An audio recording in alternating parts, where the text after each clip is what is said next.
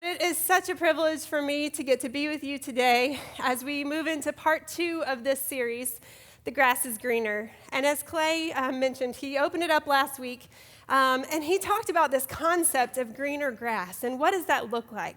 And for most of us, the idea of greener grass is the desire that is in us for something more, for something different, something better.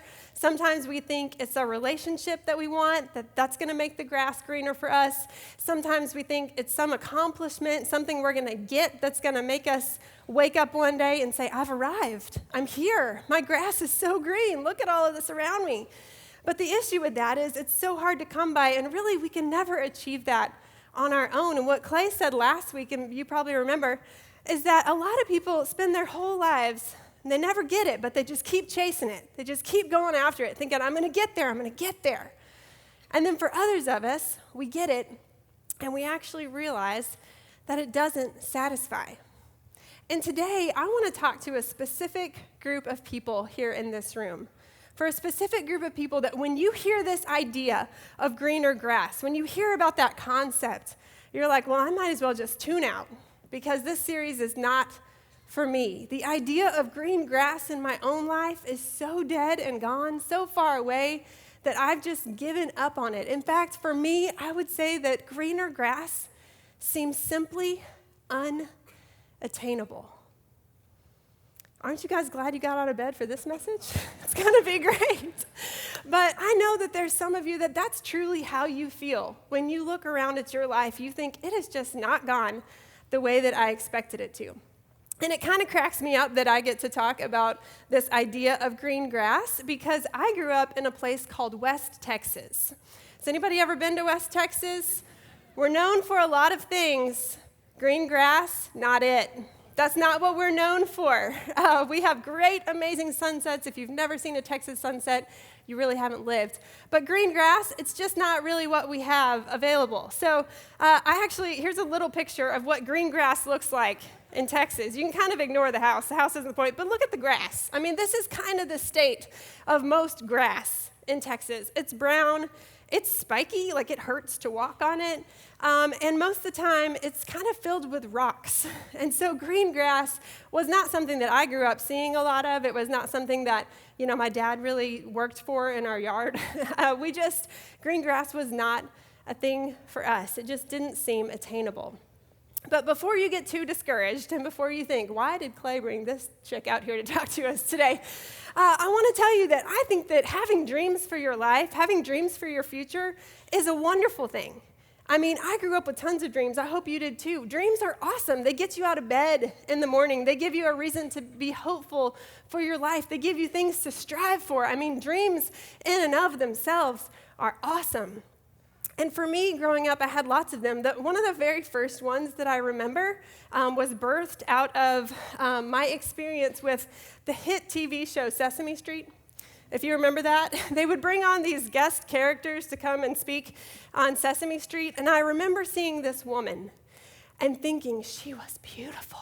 And I wanted to be the blonde version of her. You may know who I'm talking about. It was Crystal Gale. Does anybody remember this person? I mean, I never followed her. She was a musician, I think. I don't know anything that she sang, but I loved her hair. And when I was a little girl, I thought, oh, if I could just get my hair to look like hers, then I would have arrived. I wanted that.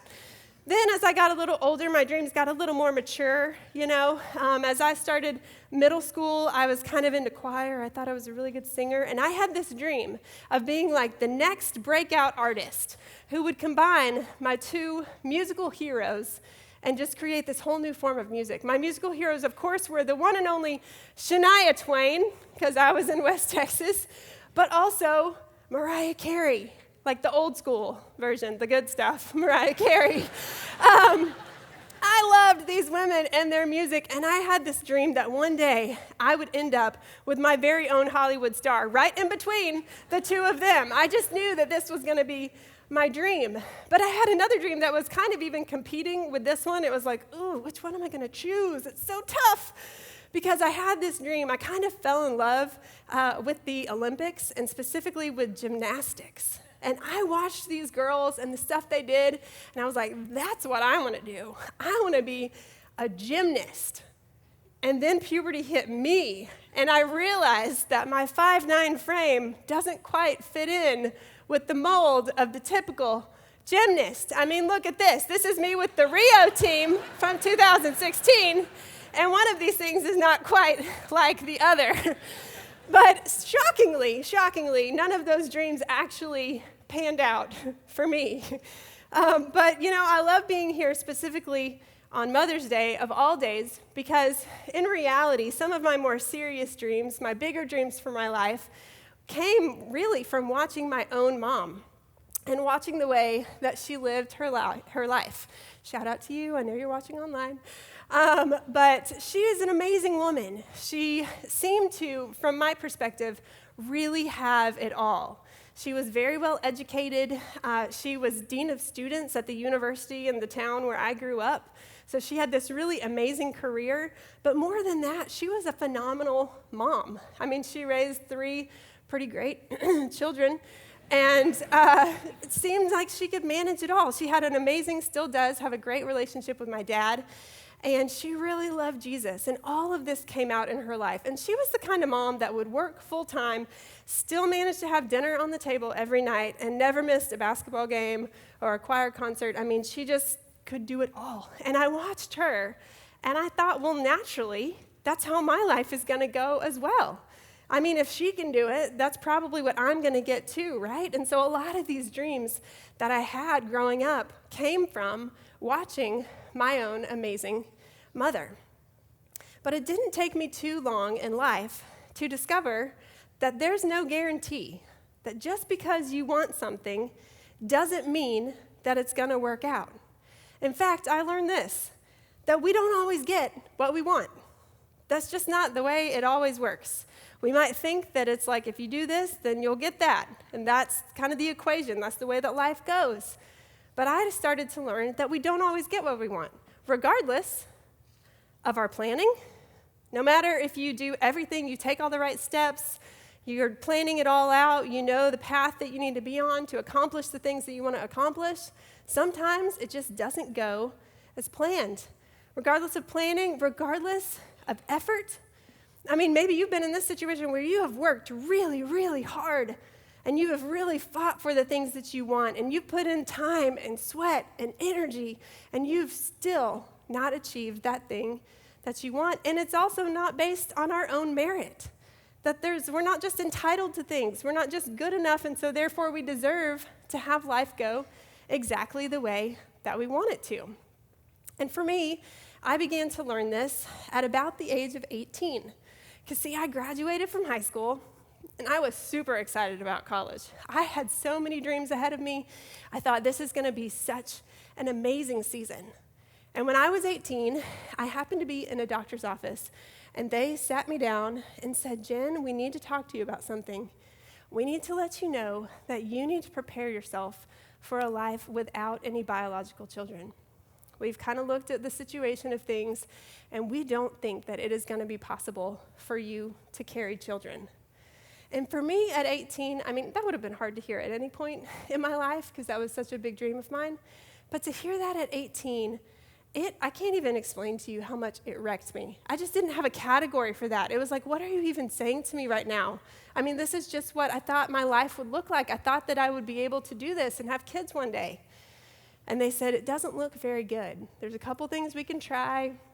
We did a few procedures to try to fix some things. And at the end of it, they were still just like, we just don't think that it's going to be in the cards for you. And so at 18, that news hit me like a ton of bricks. And it didn't even fully take effect. Like the ripple effects of that have stayed with me for so many years. And so many things happened. Of course, I made bad choices in some areas. And my first relationship in college, when that ended, I left with a big old pack of lies that I wasn't even marriage material because no man would ever want me. And so I went through college carrying this around. And on top of that, when I looked around, the life that I was living and the world that I was in, I mean, I graduated from college a while ago now, but back in that season, things are a little different now, but it seemed like what you did was you went to college, you met your godly man who was like basically the perfect combination of like Jesus with the body of Thor, just like the perfect little mashup of perfection, And you met him in college, you got married right after, you maybe started working, you had a couple kids, and that was the way that life went. And that seemed to be what was happening for most of my friends around me. As I graduated from college, I was a bridesmaid in 8 weddings within the first 6 months of graduating. And so not only was I kind of brokenhearted, but I was legit broke too, because I'd spent all this money on being a bridesmaid. And so as I was launched into adulthood, I had this pile of rubble. This green grass was far from my radar. It just seemed like my hope and my thoughts for what my future would be like were just a pile of rocks in front of me. And I really didn't know what to do with it. And so as I started adulthood, I really found myself going through the motions and just having all of these feelings inside of me and not knowing what to do with them.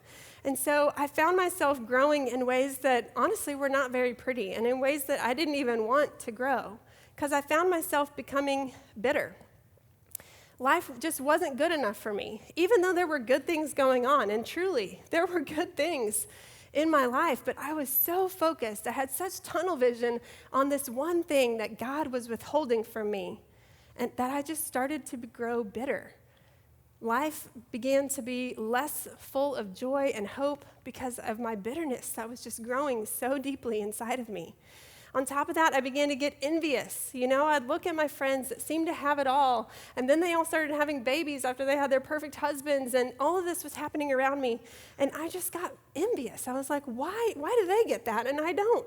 That's not fair. That's not the way life should go. And I grew entitled because I thought, I deserve this. I'm a good person. I've made good choices. Why are you withholding this from me, God? Shouldn't I get what other people are getting? And I grew discontent because life just wasn't enough. I thought that without this one dream, that my life just wouldn't be enough, that I just wouldn't find satisfaction or joy or peace. And most of all, I got anxious because for me, the future wasn't that bright and exciting. It was fearful. And I'm a pro, maybe some of you are too, at like carrying things out to the worst case scenario in your mind, So at 22, I'm thinking about being 85 and in the nursing home with no one that's ever loved me and no one to take care of me and what's going to happen to my future, It sounds silly, but I really grew anxious about my future. And maybe some of you can connect with some of these emotions, some of these sentiments. And sure, you probably wouldn't say, yeah, I'm a bitter person. It's kind of my thing, That's probably not how you would identify yourself. And I'm sure on most days, that's not you. But maybe on those dark days, when that dream that you've had for so long seems so far off in the distance, maybe you can connect. Maybe you resonate with some of these same feelings. Maybe for you, it's the job situation that has you down. Maybe you have been without a job for a long time and you just wonder, how long is this going to last?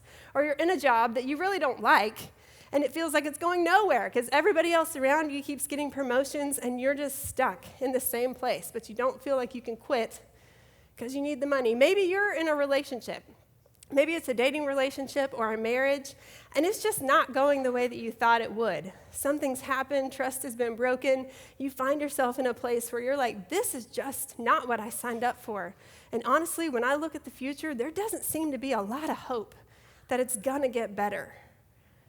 Some of you aren't in a relationship and you want one so bad, you're like, I'd take a mediocre one over none at all, I've been in that spot where I've thought that way. Maybe for you, it's not a relationship. Maybe it's a medical diagnosis. Maybe you are in chemo and you're battling cancer. Maybe it's a parent or a spouse or someone near you that you love dearly and you think, are they going to be able to beat this? I don't know what it is for you.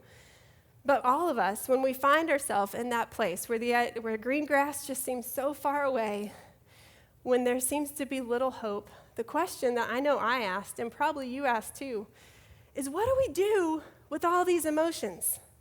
Because they're here, they're inside us, they're real, they're showing up. What do we do with them? Or maybe it's this question, how do we manage the pain?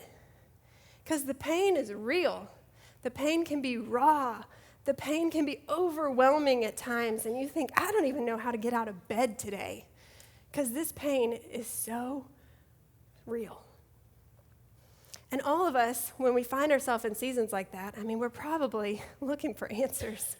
So today, I want to share with you something that I've learned from the life of King David.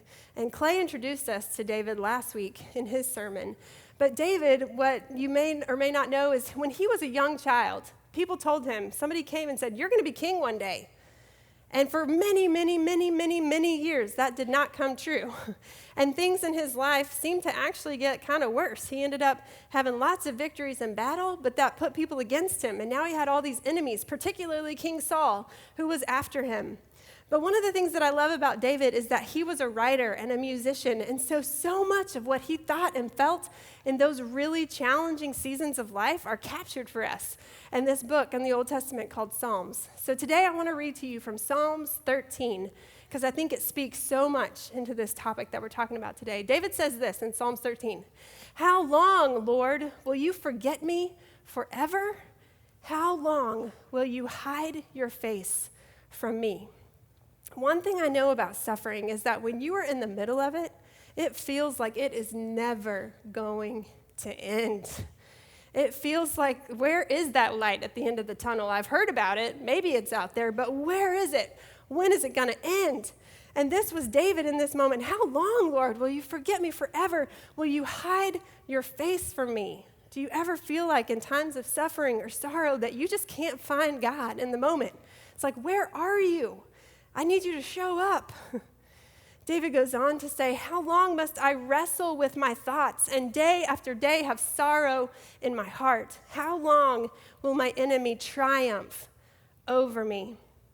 Those seasons that are so dark, when you just wrestle all day long, it's like you want to focus on something else. You don't want to focus on the pain and think about how hard it is. But oh my goodness, that sorrow is so real and so fresh. It's like, how do you even move past that? How do you stop wrestling? What do you do with all this sorrow? What do you do when it feels like people are triumphing over you? David goes on to say, look on me and answer, Lord my God. Give light to my eyes, or I will sleep in death. And my enemy will say, I have overcome him, and my foes will rejoice when I fall. See, for David, his life was literally on the line. There were people chasing after him that wanted to not only see him fail, but really wanted to end up taking his life. He knew that he was in a dark place. He knew that if God didn't show up, that his life might just end. And that is a pretty dark place to be. So I don't know where you are today. For some of you, I'm sure life is going really great, and this message is not what you expected on Mother's Day. For some of you, you're in this place where you're like, yep, I get what David is feeling. So if you were to rewrite this psalm today, what might you say? What would you insert? Would you say, how long, Lord, do I have to wait to become a mom? How long do I have to wait to see you show up in this situation where I really need your help, where I need you to rescue me? How long will that son or daughter that is wayward, how long will they continue to rebel, Lord? How long? How long? For me, as I continued through my adult life, I found myself at kind of a milestone. It was my 25th birthday. Which I know there's still a lot of life ahead at that point, but I found myself on my 25th birthday. I was still living in Texas, and a group of girlfriends said, hey, let's go to the beach for your birthday. So we went to Galveston Beach. And it was a great weekend, super fun, lots going on. And yet I found myself in a really dark place. I just was not excited. For me, it was like this milestone that just marked what I had not had yet in my life, marked what I had not accomplished, what I had not been given. And I really didn't know what to do with that. I'm trying to be happy and put on a happy face, but things are just not where I want them to be. And I found myself in that moment really going to God and just wondering. I went out to the beach one morning, and nobody was out there. It was just me. And I found myself just pacing up and down the beach. And you know when it's quiet on the beach and it's great, it's never really quiet because the waves are so loud. But I wondered this question. I wondered, God, do I have permission to be honest with you? Can I be honest with you for just a minute? And I had never really taken this chance before with God to just get gut level honest with him. But everything inside of me, all of these emotions had just been piling up to where they just could not stay in any longer. And so that morning on the beach, I let God have it. I mean, I was just pacing up and down, and I just began yelling and screaming at him, God, where are you in my life? Why do I not see you show up? Why don't I have these things that are such a dream for me? Why do you withhold them from me? Because that's how it felt at the moment. It felt like God had abandoned me, like he had deserted me. And I came through that morning, and I thought, I just got to the end of myself, you know? And the thing that I felt was, there has to be a way forward.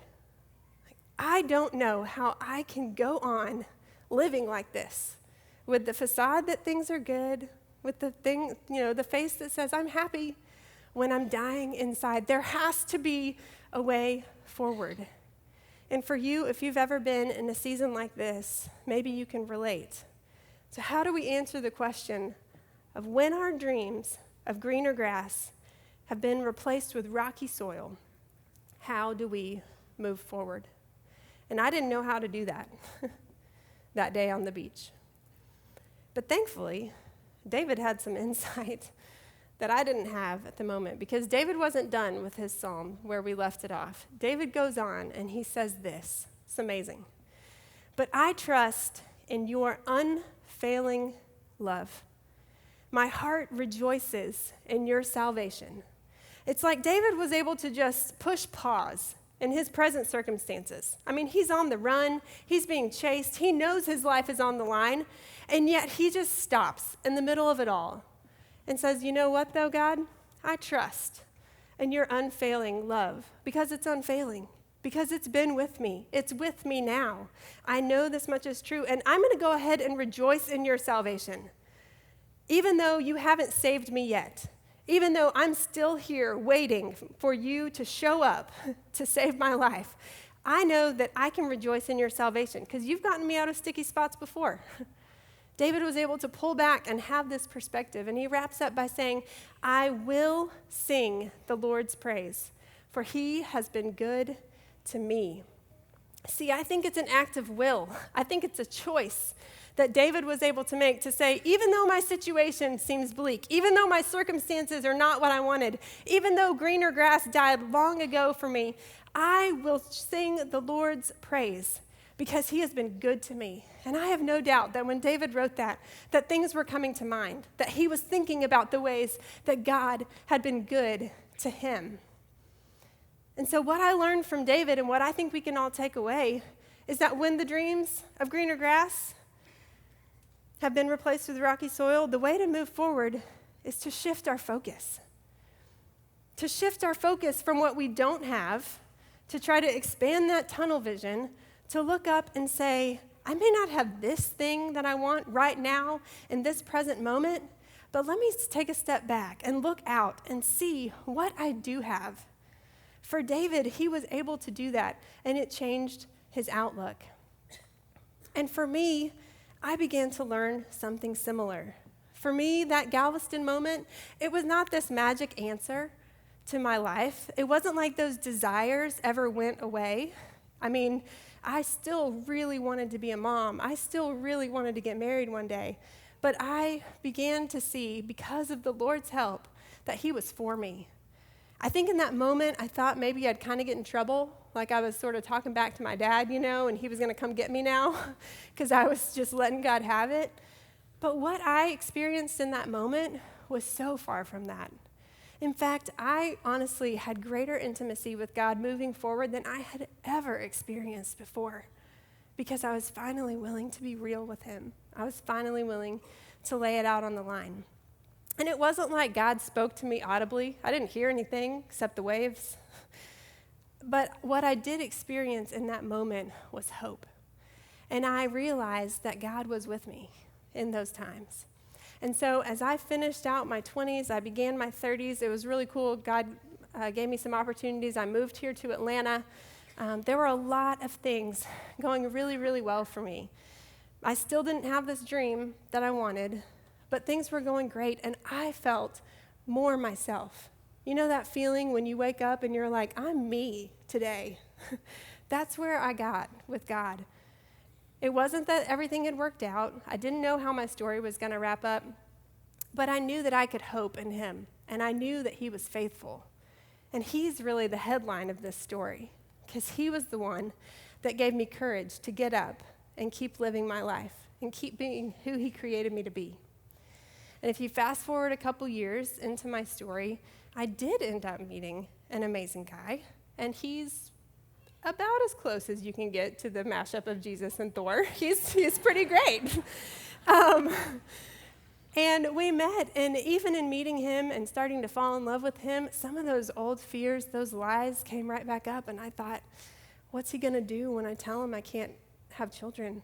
You know, is he going to leave? Is he going to say, you're not marriage material, and move on? I didn't know. And the day that I had the courage to tell him is one that I will just never forget, because his response was honestly just God's gracious gift to me, because he said, Jen, I know that the desire and dream of being a mom has been one for you for a long time, and I have no doubt that God is going to provide a way for us to have a family. It may not be biologically, but it might. But even if it's not, we can become parents, and I believe that God will be faithful to us in that. And I could have married him right there in that Buckhead condo, really.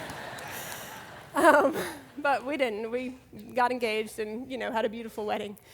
But it was so amazing to just see God's faithfulness. And I waited for him a little bit, but it was worth the wait, And then a year and a half into marriage, we welcomed our baby girl, who we had biologically, and I carried full term. Yep.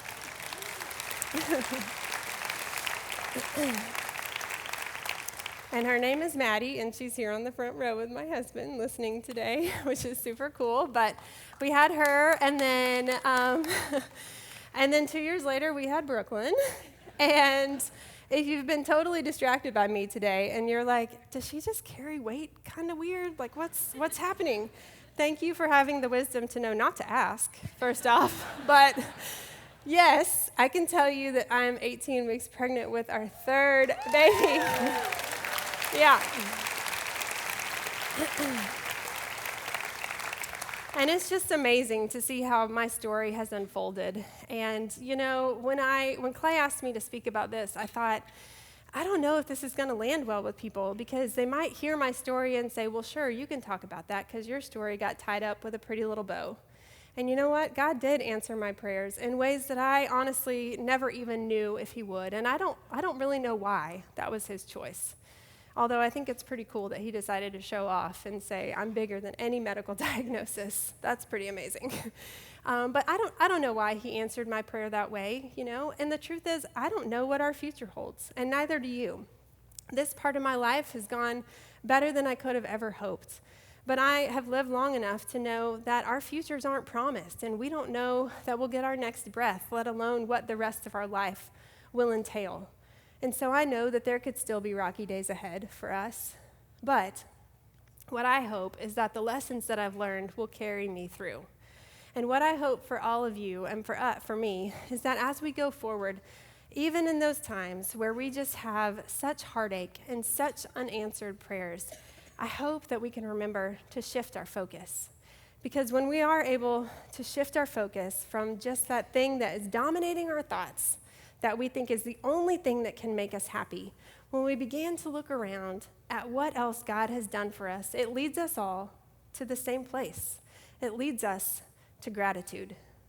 And I know that this might sound like the church answer and what you expect me to say, talking to you up here, but have you experienced this to be true? That when you can shift your perspective off of what you don't have and look at what you do have, can you go any other path except to be grateful? I haven't found a way. But it's just amazing when you can find yourself in that place where you can truly recognize not everything in my life is perfect. It hasn't gone the way that I thought it would, but I can be grateful in this moment for what God has done. And I know that in a room this size, not only are there all different kinds of dreams that are at different places of being fulfilled or not, But also, some of you in this room probably would look at me and say, celebrate what God has done? I'm not even into that yet. Like, I'm not claiming to be a Jesus follower. I don't know about this whole God thing. And if that's you, that's totally fine. And I'm so glad that you're here today. And I'm not here to try to convince you that you need to start following God, although I think it would be great for you. But what I do know is that you're going to be better off if you choose this path of gratitude. Your life will be richer and more full. You'll have more hope if you choose to be grateful within your circumstances. But for those of us in this room that do claim to follow Christ, that do have a relationship with him, you guys, what do we have except gratitude for what he has done for us?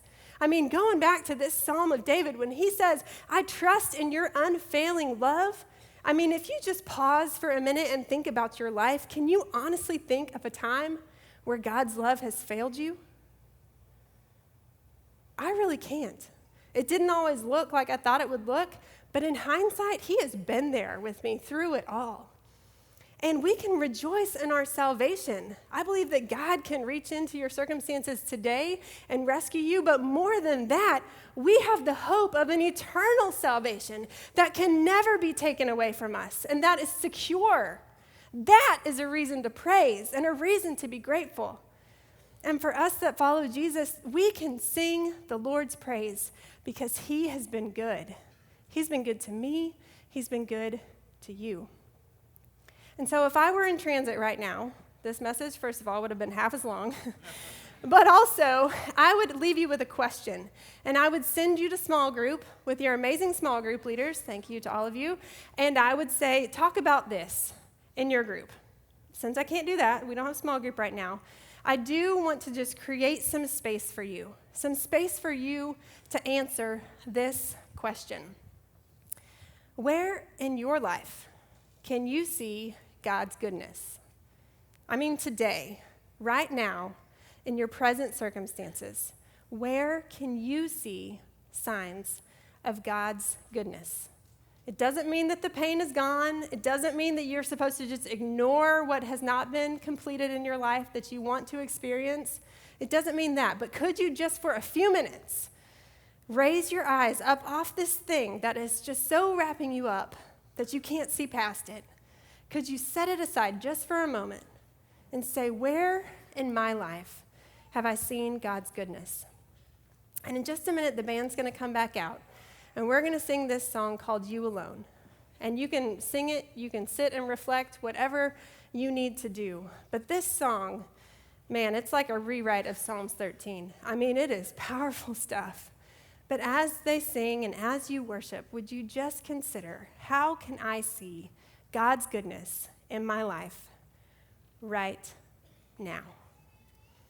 So let me pray for you. Heavenly Father, Lord, you are good, and I know that your goodness is real. Lord, sometimes it is hard to see it and feel it when our circumstances seem so dark, when our hope for greener grass is long dead and gone. Lord, I know it is so hard to look for you. But God, I pray for every person in this room right now and watching online. I just pray that you meet them exactly where they are. Wherever their pain level is, whatever disappointments they have, God, I pray that you meet them right now and that they would know that you are good, that you are for them, and that you love them. We pray all this in the powerful name of your Son, Jesus. Amen.